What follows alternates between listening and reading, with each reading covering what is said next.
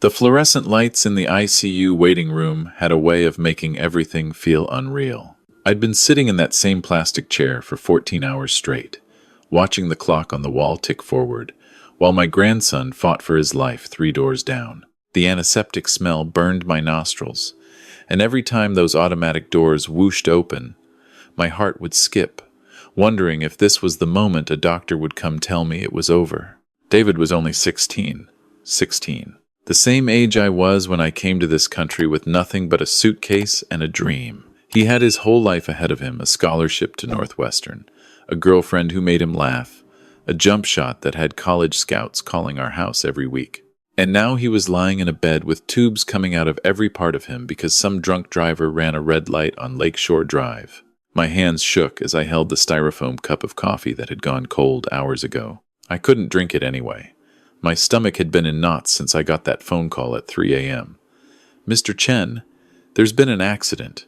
You need to come to Memorial Hospital right away."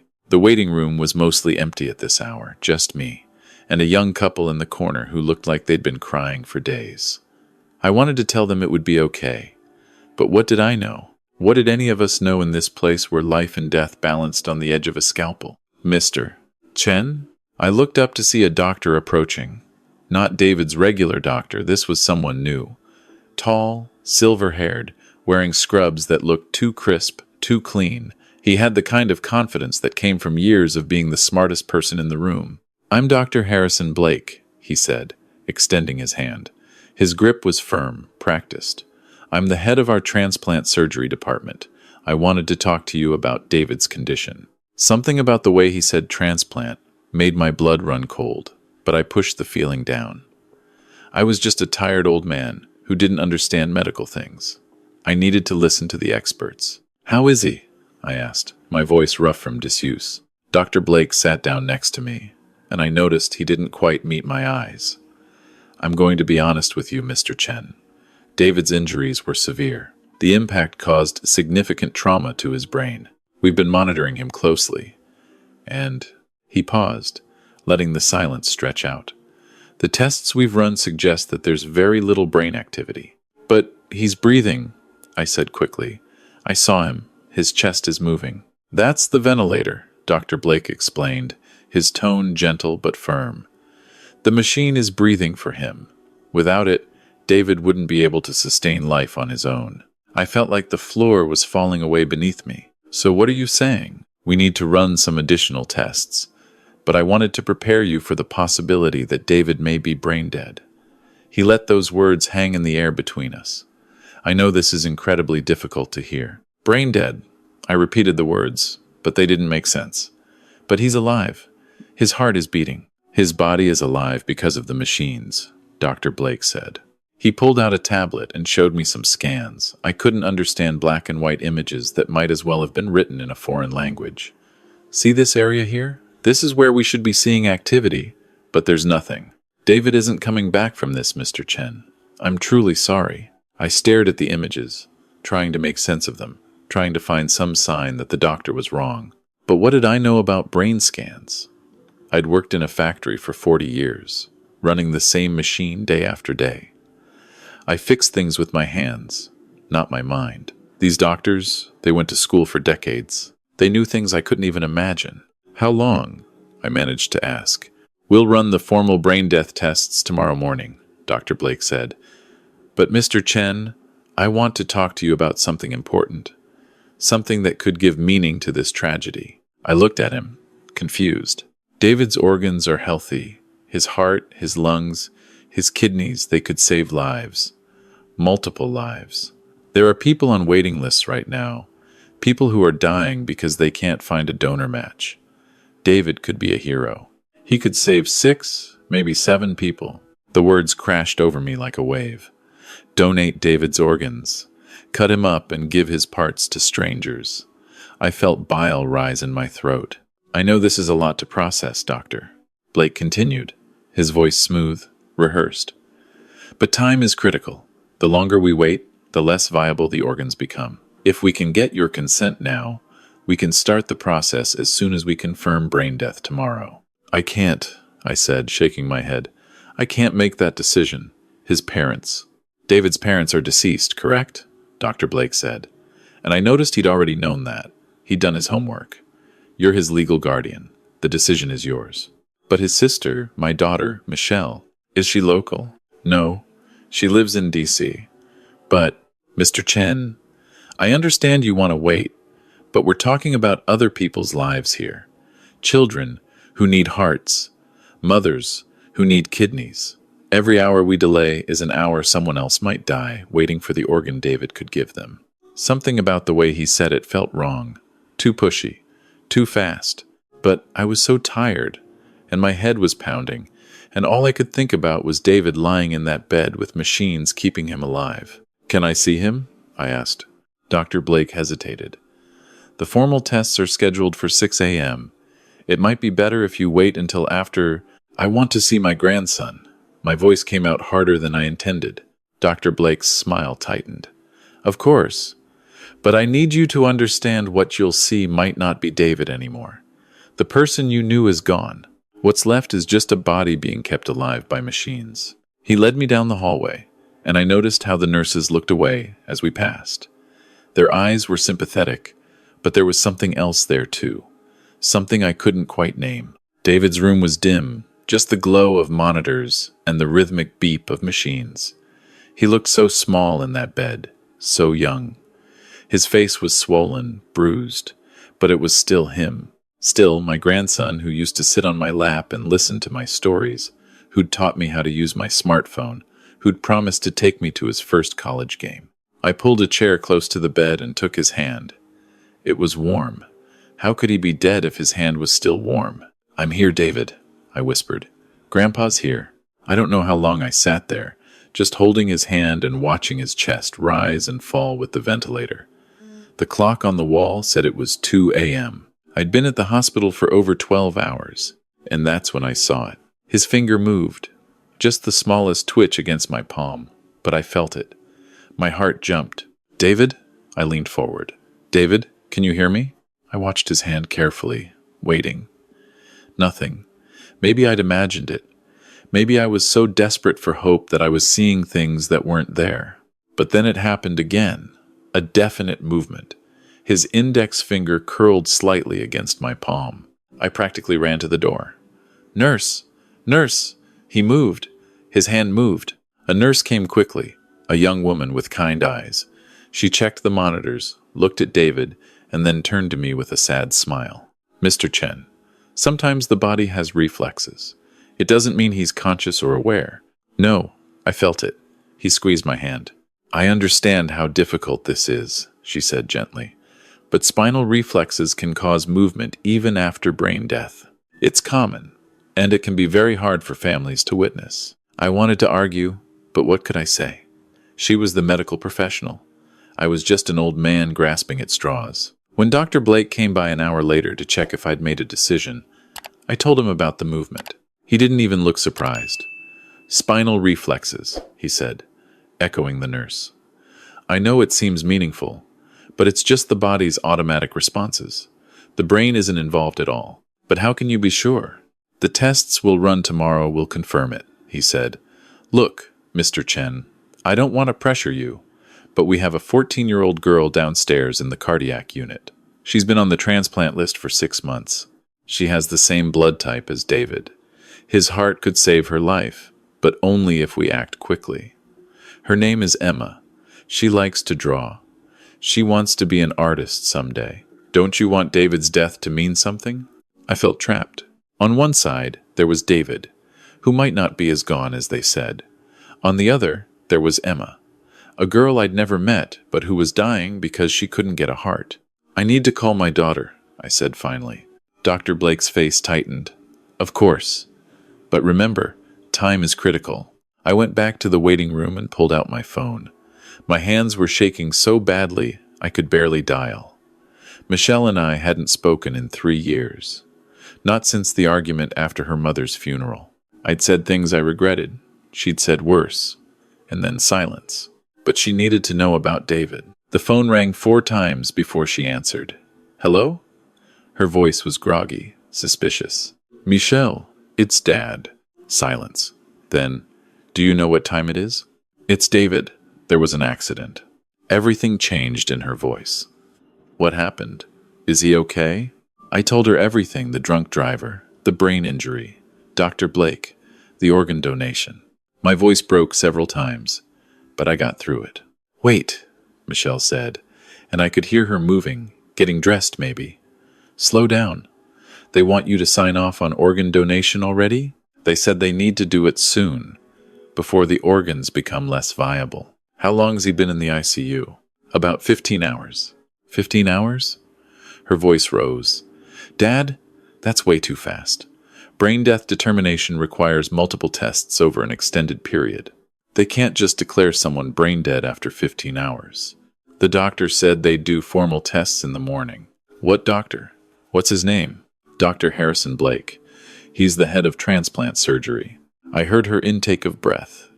Transplant surgery is pushing this? He said there's a girl who needs David's heart. A 14-year-old. Dad, listen to me very carefully. Do not sign anything.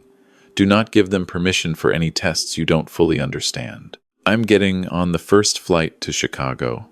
Michelle, I don't think you understand, they said. I understand perfectly. Her voice was hard now, professional. I'm a medical ethics investigator for the Department of Health and Human Services. This is what I do. And what you're describing sounds wrong. Very wrong. I thought you worked in policy review or something. I investigate misconduct in organ procurement. Dad, in the last 6 months, I've been looking into several cases of premature brain death declarations at hospitals with aggressive transplant programs. Some of these doctors have financial incentives tied to successful organ harvests. My blood ran cold. You think David's doctor would? I don't know anything yet, but I'm not taking chances with my nephew's life. I'll be there in 6 hours. Until then, you tell them you're waiting for family to arrive. If they push you, you tell them your daughter is flying in and she's a federal medical ethics investigator. That should slow them down. Michelle, my voice cracked. I'm sorry for everything, for what I said at your mother's funeral, for pushing you away. I'm so sorry. We'll talk about that later, she said, but her voice was softer. Right now, just protect David. Don't let them bully you. You're his advocate. Nobody loves him like we do. After I hung up, I felt something I hadn't felt since David's accident. Hope. Not the desperate, grasping hope of a grieving old man, but something solid, real. Dr. Blake came by again at 4 a.m. Mr. Chen, have you made a decision? My daughter's flying in. We'll decide together. His jaw tightened. We really can't wait much longer. The window for viable organ procurement is... My daughter is a federal medical ethics investigator, I said, the words giving me strength. She specializes in organ procurement. She'll be here in a few hours. I watched his face change. It was subtle, but it was there. Fear, calculation, and then the professional mask sliding back into place. Well, of course, we want to make sure the family is comfortable with the process, he said smoothly. I'll push the tests back until she arrives. After he left, I went back to David's room. I sat with him, held his hand, and talked to him about everything and nothing. I told him about the summer he was 8, and I taught him how to fish. About the time he scored 30 points in the championship game, and I cheered so loud I lost my voice. About how proud I was of the man he was becoming. And I swear, as I talked, I felt his hand squeeze mine. Not reflexes, not spinal nerves, something more. Michelle arrived at 9 a.m., looking exhausted but determined. She'd barely stepped off the plane before driving straight to the hospital. When she walked into the waiting room, I stood up, unsure if she'd even want to hug me after all this time. She wrapped her arms around me, and I felt 3 years of silence crack open. Show me everything, she said. I gave her all the paperwork Dr. Blake had provided. She read through it, her expression growing darker with each page. This is preliminary at best, she said. These aren't comprehensive brain death tests. These are screening tests. And look at the timing they ran these at 1 a.m., just hours after admission. Is that wrong? It's rushed. Proper brain death determination should involve multiple tests over at least 12 to 24 hours, sometimes longer. And it should be done by neurologists, not transplant surgeons. Dr. Blake is a transplant surgeon? Exactly. He has a conflict of interest. He shouldn't be anywhere near the brain death determination process. She stood up. I need to see David, and then I need to see his full medical records. All of them. When we entered David's room, Michelle went straight to the monitors. She studied them for a long time, then examined David carefully. Has anyone done a transcranial Doppler? She asked. I don't know what that is. It measures blood flow to the brain. It's one of the standard tests for brain death determination. She picked up the chart at the foot of the bed. There's no record of it here. Maybe they haven't done it yet, or maybe they don't want to, because it might show brain activity. She turned to me, her face serious. Dad, I think something very wrong is happening here. Dr. Blake arrived 20 minutes later, his professional smile firmly in place. You must be Michelle. I'm Dr. Blake. I'm so sorry about your nephew. I reviewed the preliminary tests you ordered, Michelle said, her voice cold. They're insufficient for brain death determination. I'm sorry you feel that way, but I can assure you, I don't feel any way about it. It's fact. You haven't conducted transcranial Doppler studies, you haven't completed repeat clinical examinations, and the apnea test wasn't properly documented. Dr. Blake's smile tightened. Miss Chen, I understand you're upset, but I am a board-certified surgeon with over 20 years of experience. I think I know how to determine brain death. You're a transplant surgeon, not a neurologist. You have a financial conflict of interest in this case. According to hospital policy and medical ethics guidelines, you shouldn't be involved in brain death determination at all. I don't appreciate your implication. I'm not implying anything. I'm stating facts.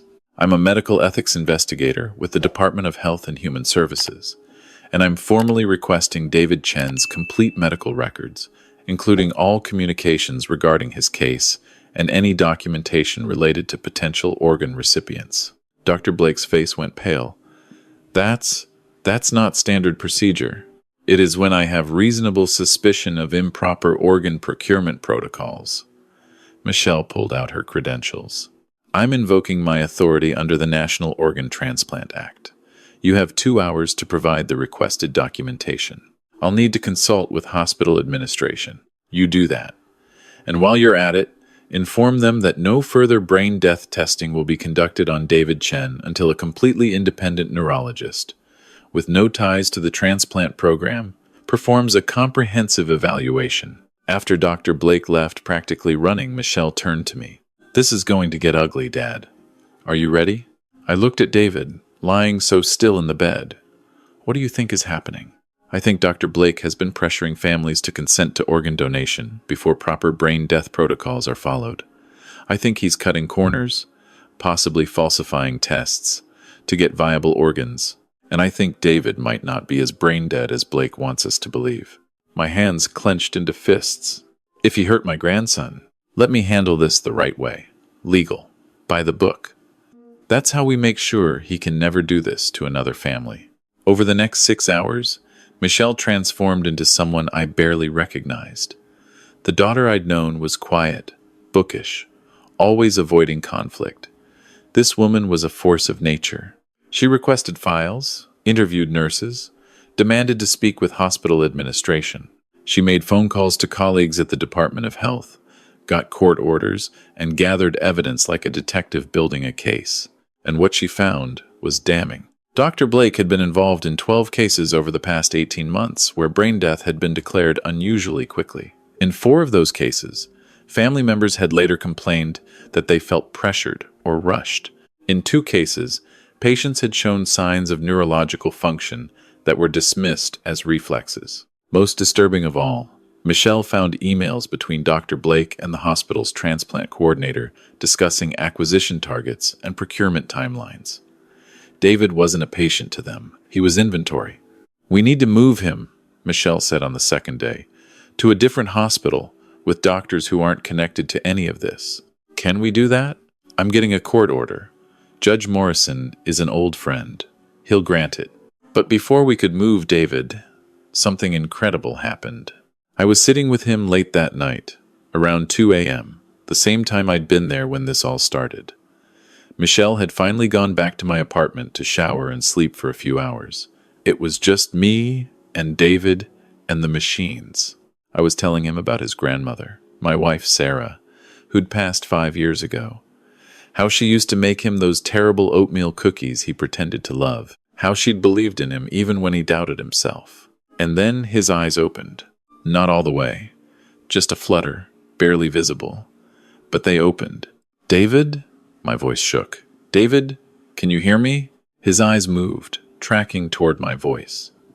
Slowly, like he was fighting through deep water. But they moved. I hit the call button so hard I nearly broke it. The night nurse came running. When she saw David's eyes open, she gasped. "Get a neurologist," I said. "Now, not Dr. Blake. A Hale neurologist." Within an hour, David's room was full of doctors, real ones, neurologists who had no connection to the transplant program. They ran tests, shined lights in his eyes, checked his reflexes. "This is remarkable," one of them said. "He's showing clear signs of consciousness.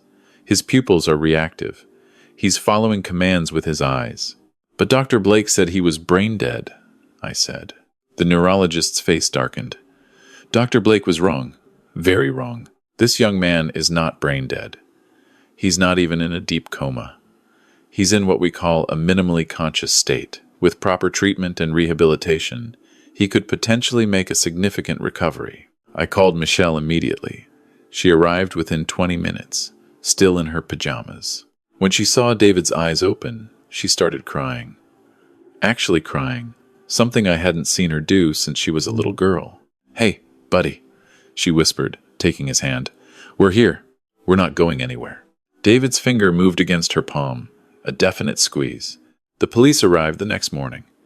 Michelle had filed a formal complaint, and once the neurologists confirmed David was nowhere near brain dead, it became a criminal investigation.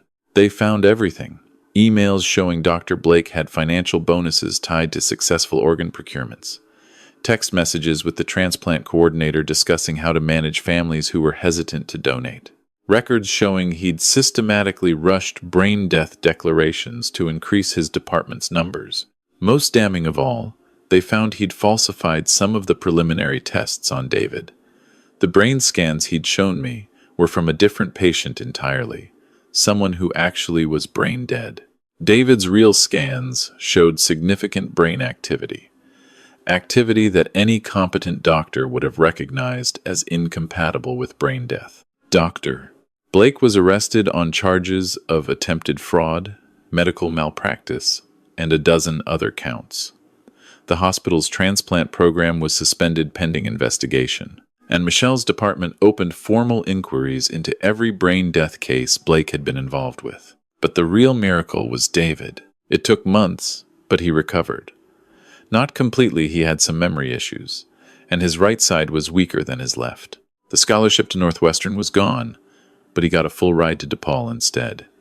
He had to give up basketball, but he became a volunteer coach for kids in our neighborhood. And he was alive. He was alive, and he was my grandson, and every day with him was a gift I'd almost let someone steal. Michelle and I spent those months rebuilding what we'd broken 3 years ago. We talked about Mom, about our regrets, about all the time we'd wasted being angry at each other. David's hospital room became a place of healing for all of us. "I'm sorry I wasn't there for you after Mom died," Michelle said one evening while David was sleeping. "We were sitting in the hospital cafeteria, drinking terrible coffee. I was so angry at the world, and I took it out on you. I'm sorry I made you feel like you had to choose between your career and family," I said. "Your mother would have been so proud of what you do. She'd be proud of you too. You saved David's life. You trusted your instincts when everyone was telling you you were wrong. I almost didn't. I almost signed those papers. But you didn't. That's what matters." The trial happened 9 months later. Michelle testified as an expert witness, explaining how Dr. Blake had systematically violated every protocol designed to protect patients and families. The prosecutors played recordings of him pressuring grieving families. They showed the falsified records, the financial incentives, the pattern of behavior. He got 15 years. The hospital paid a massive settlement to every family he'd victimized, and new protocols were put in place across the state to prevent this from ever happening again. But for me, the real justice came 3 years after that terrible night. David graduated from college. I sat in the audience, wearing my best suit, watching him walk across that stage in his cap and gown. Michelle sat next to me, holding my hand. After the ceremony, David came over with his girlfriend, not the one from high school, but a new one, a smart girl studying law who wanted to advocate for patient rights. "This is for you, Grandpa," he said, showing me his diploma. "None of this happens without you." "And Aunt Michelle," I said. "She's the one who saved you." "You both did," David said. "You didn't give up on me when everyone said I was gone. You fought for me." That night, we had dinner at my apartment, just the three of us. David told us stories about college, about his friends, about his dreams for the future. Michelle talked about her work, about how David's case had led to reforms that had already saved lives. And I just listened, grateful beyond words that I had this moment, this family, this second chance. Sometimes I think about that night in the hospital, about how close we came to losing David, about how Dr. Blake's smooth voice almost convinced me to give up, about how easy it would have been to just sign the papers and let my grandson's organs save other people's children. But then I think about what Michelle told me once, after all of this was over. "The system was designed to pressure you," she said. "They use guilt, they use urgency, they use your grief against you. It's not your fault you almost believed them, but you trusted your instincts. You felt David squeeze your hand, and you believed it was real, even when they told you it was nothing. That's the difference between a number on a chart and a human life. You knew your grandson was still in there, fighting to come back." David still has nightmares sometimes, about the accident, about waking up in the hospital and not understanding what had happened. But he's alive, he's thriving, and every time I see him, every time I hear his laugh or watch him coach those kids in our neighborhood gym, I know we did the right thing. Dr. Blake tried to appeal his sentence, claiming he was just doing his job, that he truly believed those patients were brain dead. The appeal was denied. Good, because here's what I learned from all of this. The people you trust most are sometimes the ones who will hurt you worst. The professionals with their degrees and their authority and their smooth voices, they're human too. They make mistakes, they get greedy, they convince themselves that the ends justify the means. But a grandfather's love? That's not something you can falsify. That's not something you can rush or pressure or manipulate. When I felt David's hand squeeze mine, I knew. I knew in my bones that my grandson was still fighting, still there, still worth fighting for. And sometimes, the people you've pushed away are the ones who save you. Michelle and I lost 3 years because of pride and grief and anger. But when it mattered most, when David's life hung in the balance, she came through. She used everything she'd learned, every skill she'd developed in that career I'd once resented, to save her nephew. That's what family does. We hurt each other. We fail each other. But when the world tries to take everything from us, we stand together. David starts medical school next fall. He wants to be a neurologist, to help people like him who are trapped in that space between life and death. He wants to make sure no other family has to fight like we did. I tell him I'm proud of him. But more than that, I'm grateful. Grateful he's here. Grateful for every ordinary moment we get to share. Grateful that I listen to my heart instead of my fear. Sometimes, late at night, I still think about Dr. Blake, about how many families he convinced to give up hope, about the patients who might have recovered if given time, about the grief he inflicted in the name of helping others. And then I look at David's graduation photo on my wall, and I think, not this time, not my grandson. You didn't win. We did.